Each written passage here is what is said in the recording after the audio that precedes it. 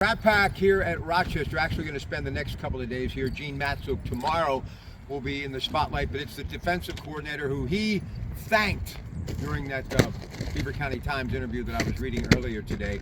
20-19, he's Brian Burton. They beat Cornell, they move on. Look, you had Clayton Potts back in the lineup, senior who'd been out coached for a couple of games because of a concussion. He gets a pick six. He has a block PAT in the overtime fumble recovery. And then Castillos gets the extra point in overtime after the Guido touchdown to break the 19-19 tie. You get a win. That's about as good as it gets, right? Yeah, yes it is. Almost had a heart attack.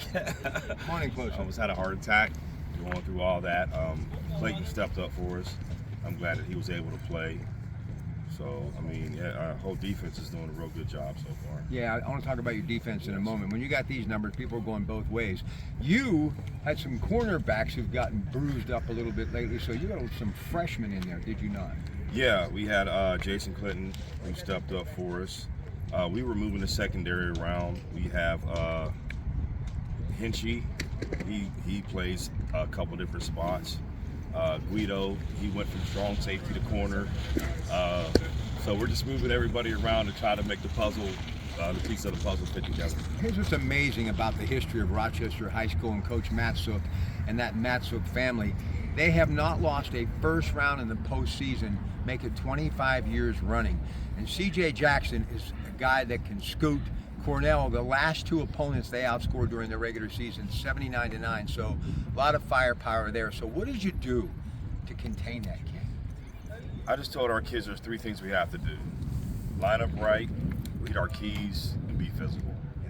And I said if they do that, we'll come out with a win. Well, you did just do that as well. Now Laurie's still out, but Guido has stepped in. He scored a couple of touchdowns.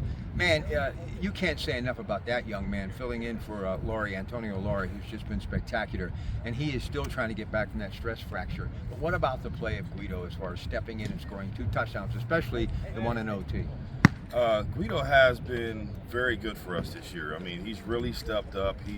He's a senior, so I mean, he's playing different roles, and thank God he's durable.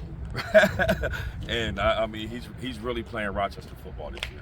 No, tell me about yourself. Where are you from? I'm from Rochester. I kind of figured that. Yeah. What class? I'm 93. I was on the 91, 92 team. So would you agree, and I believe, that Essex Law is the greatest running back in the history of Beaver County? I have to agree with that. I've seen him live and up close. And I've been around a lot of running backs, and he's the best that I've seen. I know. He was absolutely tremendous to watch, and I have much Yes. love and respect for Essex. Now, before I let you go, I know a little bit about this Fort Cherry team. They're one of the top 5 ranked teams according to the Post-Gazette. They, of course, the only loss Bishop Canavan had, Rich Johnson, I talked to him last week, was to Fort Cherry.